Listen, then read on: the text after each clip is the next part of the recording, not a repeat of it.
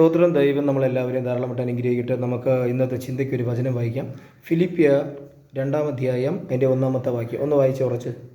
ക്രിസ്തുവിൽ വല്ല പ്രബോധനവും ഉണ്ടെങ്കിൽ, സ്നേഹത്തിന്റെ വല്ല ആശ്വാസവും ഉണ്ടെങ്കിൽ, ആത്മാവിന്റെ വല്ല കൂട്ടായ്മയും ഉണ്ടെങ്കിൽ, വല്ല ആർദ്രതയും മനസ്സലിവും ഉണ്ടെങ്കിൽ, നിങ്ങൾ ഏക മനസ്സുള്ളവരായി ഏക സ്നേഹം കൊണ്ട് ഐക്യമത്യപ്പെട്ട് ഏക ഭാവമുള്ളവരായി ഇങ്ങനെ എന്റെ സന്തോഷം പൂർണ്ണമാക്കും. സ്തോത്രം. അപ്പോൾ അതിനകത്ത് ഒരു പദം ഇങ്ങനെ പറയുന്നുണ്ട്, ആത്മാവിൻ്റെ വല്ല കൂട്ടായ്മയും ഉണ്ടെങ്കിൽ. സ്തോത്രം. ദൈവം നിങ്ങളെല്ലാവരെയും വീണ്ടും ധാരാളമായിട്ട് അനുഗ്രഹിക്കട്ടെ. അവിടെ ശ്രദ്ധിച്ച് നിങ്ങൾ നോക്കിയാൽ പൗലോസ് പറയുന്ന ഒരു പദം, എനിക്കൊരുപാട് കൂട്ടുകാരുണ്ട്, എനിക്കൊരുപാട് ബന്ധുക്കളുണ്ട്, എനിക്കൊരുപാട് സ്വന്തക്കാരുണ്ട് എന്നല്ല, ആത്മാവിൻ്റെ വല്ല കൂട്ടായ്മയും ഉണ്ടോ. എന്തിനാണ് പരിശുദ്ധാത്മാവിൻ്റെ കൂട്ടായ്മ? സ്തോത്രം.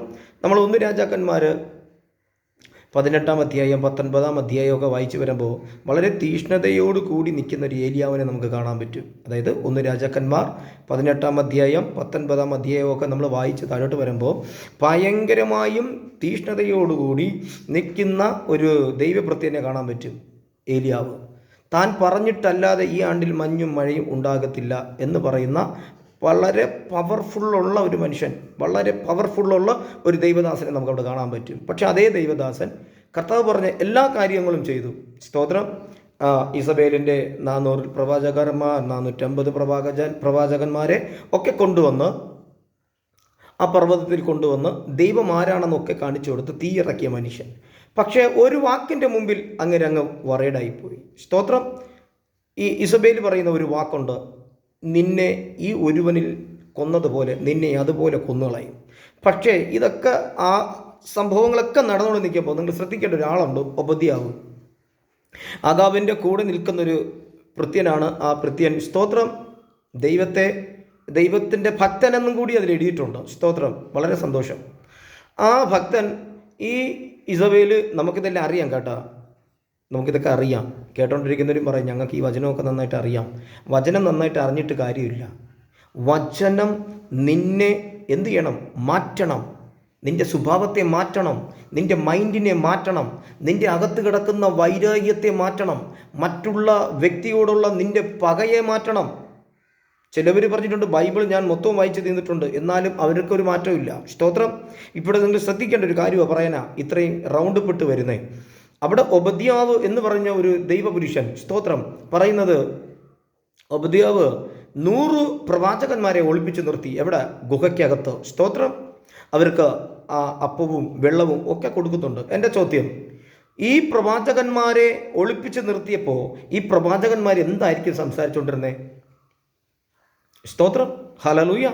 ആഗാബിൻ്റെ കൊട്ടാരത്തിനകത്തുള്ള ഒരു പുള്ളിയാണ് ഈ ഒബദ്യാവ് എന്ന് പറഞ്ഞ മനുഷ്യൻ. അപ്പോൾ ഈ ഇസബേല് എല്ലാ പ്രവാചകന്മാരെ, അതായത് യഹോവയുടെ പ്രവാചകന്മാരെ കൊല്ലുമ്പോൾ ഇവനെയല്ലേ ആദ്യം കൊല്ലാൻ? ഇവൻ പ്രവാചകനല്ല, പക്ഷെ ഒരു ദൈവഭക്തനാണ്. എന്തുകൊണ്ട് ആ ദൈവഭക്തനെന്ന് അഗാബിനും മനസ്സിലാവുന്നില്ല, ഇസബേലിനും മനസ്സിലാവുന്നില്ല. ഇതുപോലെയാണ് നമ്മുടെ കൂട്ടത്തുള്ള പല ആൾക്കാരും. സ്തോത്രം.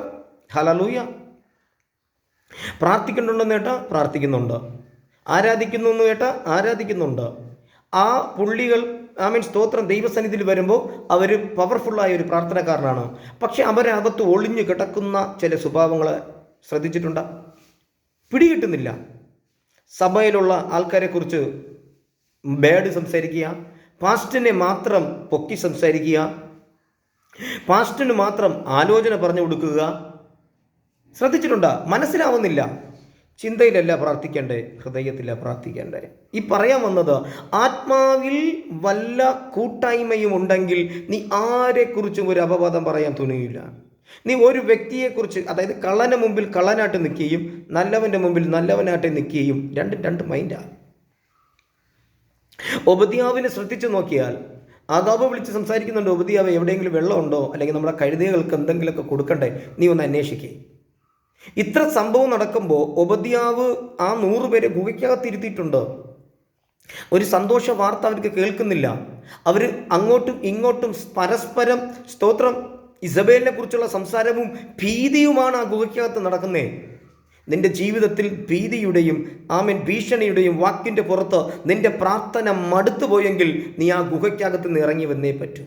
ഒബദ്യാവുമാരെ ആശ്രയം നിന്നിൽ ഉണ്ടാകരുത്. നീ ആശ്രയിക്കേണ്ടത് നസ്രയനായ യേശുവിനെയാണ്. ഒബദ്യാവ് എന്ന് പറയുന്ന ഓരോ വ്യക്തികളും നമ്മുടെ ജീവിതത്തിലുമുണ്ട് ആശ്രയം. നമ്മളിരുന്ന് ദൈവനാമത്തിൽ പ്രാർത്ഥിക്കുകയും ചെയ്യും, ചിന്തയിൽ 500 രൂപ വിളിച്ച് കടം കേൾക്കുകയും ചെയ്യും. നമ്മൾ ഓരോ വിഷയം പ്രാർത്ഥിക്കും, പൈസയുടെ വിഷയം പ്രാർത്ഥിക്കും, ചിന്തയിൽ പ്രാർത്ഥിച്ചിട്ട് ഇന്ന ആളെ വിളിക്കാം. ആ ആൾ പറയണ കയ്യിൽ 5 പൈസ ഇല്ലെന്ന്. പിന്നെ നീയും ആ ആളുമായിട്ട് വൻ ശത്രുതയാവുകയാണ്.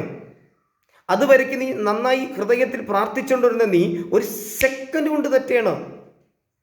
ഇവിടെ നിങ്ങൾ ശ്രദ്ധിച്ചു നോക്കൂ, ഒബദ്യാവ് എന്ന് പറഞ്ഞ വ്യക്തി ഈ 100 പേരെയും കർമ്മേൽ പർവ്വതത്തിൻ്റെ മേളിൽ കൊണ്ടുവന്നിട്ടുണ്ടോ എന്ന് ബൈബിളിൽ കൊടുത്തിട്ടില്ല. ഇവിടെ സ്തോത്രം ഏലിയാവിനെ കാണുന്നു, ഏലിയാവിൻ്റെ മുമ്പിൽ അങ്ങനെ മടക്കുന്നു. സ്തോത്രം, ആഗാബിനെ നിന്നെ തന്നെ കാണിക്കാമെന്ന് യഹോവയുടെ അരുളപ്പാട് കിട്ടി ഇറങ്ങി തിരിച്ച സ്തോത്രം ഏലിയാവ് ഒബദ്യാവിനെ വഴിയിൽ വെച്ച് കാണുമ്പോൾ സ്തോത്രം നിന്റെ യജമാനോട് പോയി പറ, ഞാൻ അങ്ങനെ കാണാൻ വരുന്നെന്ന്. അന്നേരം അങ്ങനെ പറയുന്നുണ്ട്, എന്നെ കൊല്ലാനാണോ നിങ്ങൾ നോക്കുന്നത്? നിങ്ങളെ കണ്ടില്ലെന്ന് പറഞ്ഞിട്ട് അങ്ങനെ ഒരു രാജ്യത്തിലെ ആൾക്കാരെ കൊണ്ട് സത്യം ചെയ്യിപ്പിച്ച ഒരു മനുഷ്യനാണ്. നമ്മൾ കൂട്ടത്തിൽ നിൽക്കുന്ന ഇത് കുറേ ആൾക്കാരുണ്ട്, എല്ലാം അഡ്ജസ്റ്റ്മെൻറ്റിൽ പൊയ്ക്കൊണ്ടിരിക്കുന്ന ആൾക്കാർ. പാസ്റ്ററിനെ കണ്ട അങ്ങനെ ഒരു ചിരിച്ചൊരു സ്വഭാവം, വിശ്വാസികളെ കണ്ട അങ്ങനെ ഒരു ചിരിച്ചൊരു സ്വഭാവം, നുണ കേൾക്കാൻ ഇൻട്രസ്റ്റ് ഉള്ളൊരു സ്വഭാവം. ഹലോ, കർത്താവിൻ്റെ വചനം പറയുന്നു, ആത്മാവിനോട് നിനക്ക് വല്ല കൂട്ടായ്മയുണ്ടാ? സ്തോത്രം, ശ്രദ്ധിക്കുന്നേ, നന്നായി ശ്രദ്ധിക്കേ. ഗുഹയ്ക്കകത്ത് കിടക്കുന്നവർ ഭയപ്പെട്ടു. ഒബദ്യാവ് അവരെ ധൈര്യപ്പെടുത്തുന്നില്ല, പക്ഷേ പകരം ഒബദ്യാവ് അവർക്ക് വെള്ളവും അടയും കൊണ്ട് കൊടുക്കുന്നു.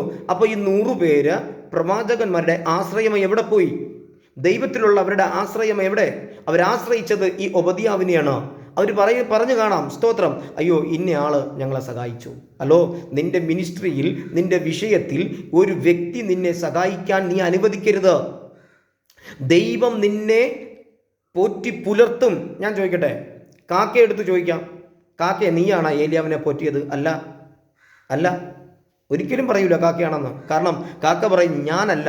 എങ്കിൽ ദൂത, നീയാണോ ഏലിയാവിനെ പോറ്റിയത്? ദൂതനും പറയും അല്ല ഞാനല്ല, എന്നെ അയച്ചത് നസ്രയനായ ദൈവം, നസ്രയനായ യേശു.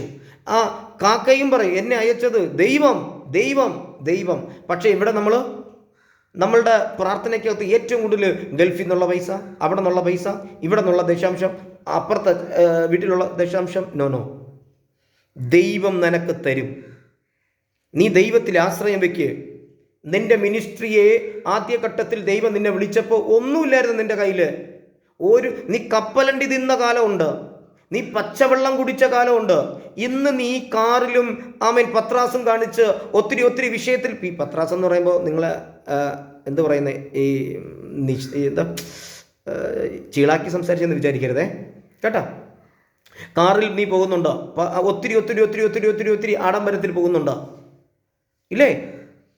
പക്ഷെ ഈ ആഡംബരത്തിലേക്ക് നിന്നോട് എൻ്റെ ചോദ്യം, എത്ര നാളായി മുട്ടുമടക്കി ദൈവസന്നിധിയിൽ ആത്മാർത്ഥയോടെ പ്രാർത്ഥിച്ചിട്ട്? ഇപ്പോഴും നിനക്ക് പകയും പിണക്കവും വിടാതെ നിന്റെ അകത്ത് കിടക്കുന്നില്ലേ? ആ ഗുഹാമുഖത്തിൽ നിന്ന് ഇറങ്ങി വാ. ഈ 2025 നീ പുറത്തു വാ. ഏലിയാവേ, നീ എന്തേ പുറത്തു വരാത്തെ? ഒറ്റ വാക്ക് കേട്ട് സ്തോത്രം ഗുഹാമുഖത്തിനകത്ത് കയറിയപ്പോൾ തമ്പുരാൻ ചോദിക്കുന്നത്, ഏലിയാവ് നിനക്കിവിടെ എന്താ കാര്യം? ആ ഗുഹയെ ആശ്രയിക്കരുത്. സ്തോത്രം, നിന്നെ വിളിച്ചവൻ ഞാനാണ്, പുറത്തിറങ്ങി വാ. തിരുവചനം പറയുന്നു, സാത്താൻ അടിച്ചമർത്തിയ വാക്കിനകത്ത് പേടിച്ചിരുന്ന സ്തോത്രം ഏലിയാവ് ഗുഹാമുഖത്തിൽ നിന്ന് പുറത്തു വന്നപ്പോൾ ഒരു പ്രവാചകനെ അഭിഷേകം ചെയ്യാൻ, ഒരു രാജാവിനെ അഭിഷേകം ചെയ്യാൻ, എവിടെ നീ മരിച്ച് തളർന്ന് പ്രാർത്ഥന നിർത്തിയെന്ന് പറഞ്ഞ അതേ സ്ഥലത്ത് ഗുഹയ്ക്കകത്തിരുന്ന നിന്നെ സ്വർഗ്ഗം വെളിയിലിറക്കിയിട്ട് പറയാണ്, പോ അഭിഷേകം ചെയ്യും. ഹലോ, എന്നെ ഇതിൽ കൂടി കേൾക്കുന്നവർ നിങ്ങളോട് പറയുന്ന, നീ പുറത്തിറങ്ങി വാ. മനുഷ്യനിൽ ആശ്രയിക്കാതെ ദൈവത്തിൽ ആശ്രയിക്കുക. ദൈവം മനുഷ്യരിൽ കൂടിയും അത്ഭുതം ചെയ്യിപ്പിക്കും. സ്തോത്രം, ദൈവം ദൂതന്മാരിൽ കൂടിയും അത്ഭുതം പ്രവർത്തിക്കും. പക്ഷെ നമ്മൾ അത്ഭുതത്തിലല്ല നോക്കേണ്ടത്. കർത്താവേ, എൻ്റെ ഹൃദയം ഞാൻ പ്രാർത്ഥിക്കുമ്പോൾ നിന്റെ മുമ്പിൽ ഏകാഗ്രതയായിട്ടിരിക്കുന്നുണ്ടോ? എനിക്കും സ്തോത്രം പരിശുദ്ധാത്മാവിനും കൂട്ടായ്മയുണ്ടോ? നിങ്ങളൊന്ന് ചിന്തിച്ചു നോക്കുക. ഏലിയാവിനെ ഒരു വാക്ക് കേട്ടപ്പോൾ, ഇസബേലിൻ്റെ വാക്കിൽ ഏലിയാവ് പതറി. എനിക്കിനി മരിച്ചാൽ മതി എന്ന് പറഞ്ഞ് കിടന്ന മനുഷ്യൻ ഇന്നും ചത്തിട്ടില്ല. അവനെ മരണം കാണാതെ എടുത്ത ഒരു ദൈവം. പക്ഷേ തിരുവചനം പറയുന്നു, ആ ഗുഹാമുഖം വിട്ടുവന്നപ്പോൾ അഭിഷേകത്താൽ നിറയത്തക്ക നിലവാരത്തിൽ ഇരട്ടിപ്പങ്കിൻ്റെ അഭിഷേകം കൊടുത്തു ദൈവം. ആർക്ക? എലീശയ്ക്ക്. ശ്രദ്ധിക്കേ, നിന്റെ ജീവിതം എന്ന ഗുഹയ്ക്കകത്ത് നിന്ന് ഇറങ്ങി വാ. പക എന്ന ഗുഹയ്ക്കകത്ത് നിന്ന് ഇറങ്ങി വാ. ആ 100 പേര് അവിടെ ഇരിക്കണം കേട്ടോ. അവർ സ്തോത്രം ആ ഏലിയാവിൻ്റെ മുമ്പിൽ, ആ കർമ്മി പർവ്വതത്തിൻ്റെ മുമ്പിലുള്ള തീ കാണാൻ അവർക്ക് കണ്ടില്ല. ഒബദ്യാവേ, നിങ്ങൾ ഈ 100 പേരെ വിളിച്ചുകൊണ്ട് അവിടെ വന്നിരുന്നുവെങ്കിൽ ആ ജീവനുള്ള ദൈവത്തെക്കുറിച്ച് അവരറിയില്ലേ? ഒബദ്യാവ് പറഞ്ഞു, ഇല്ല, എനിക്കവരെ കൊണ്ടുവരാൻ പറ്റില്ല. കാരണമുണ്ട്, ഞാൻ അദാബിൻ്റെ കൂടെ നിൽക്കുന്നവനാണ്. ഈ 100 പേരെ ഇറക്കി കൊണ്ടുവന്ന് ഇവന്മാരാരാന്ന് കേൾക്കുകയും ചെയ്യും, നിങ്ങൾ എവിടെയുള്ളവരെന്ന് കേൾക്കുകയും ചെയ്യും, അത് ഇന്ന ആളാണ് എന്നെ സഹായിച്ചെന്ന് പറയുകയും ചെയ്യും, എൻ്റെ തല പോവുകയും ചെയ്യും. ഇതൊരു മിനിസ്ട്രി ആണോ? നിങ്ങൾ ചിന്തിക്കേ. ഒരിക്കലും ഒബദ്യാവ് എന്ന് പറഞ്ഞ വ്യക്തിയെ കുറ്റപ്പെടുത്തണമല്ല, അവൻ്റെ അകത്തിരിക്കുന്ന ദൈവഭക്തനെ ആ ദൈവവുമായിട്ട് കണക്ട് ചെയ്യാത്ത വണ്ണം അവനെ ഭയം കൊണ്ട് മൂടി. അവൻ പറയുന്നുണ്ട്, ഏലിയാവിൻ്റെ മുഖത്ത് നോക്കി, എൻ്റെ തലയെ ഇനി പോവും. ഹലോ, ശ്രദ്ധിക്കേ, ബുദ്ധിയിലല്ല പ്രാർത്ഥിക്കേണ്ടേ, ആത്മാവില്ല. അതാ വചനം പറഞ്ഞേ, ആത്മാവിൽ വല്ല കൂട്ടായ്മയുണ്ടെങ്കിൽ. ഹലോ, ഈ 2022 പുറത്തു വാ. ദൈവം ധാരാളമായിട്ട് അനുഗ്രഹിക്കട്ടെ. സ്തോത്രം. നിന്നെ കൊണ്ട് വലിയ കാര്യം ചെയ്യാൻ ദൈവത്തിന് ആഗ്രഹമുണ്ട്. ആമേൻ. പുറത്തു വാ. സ്തോത്രം.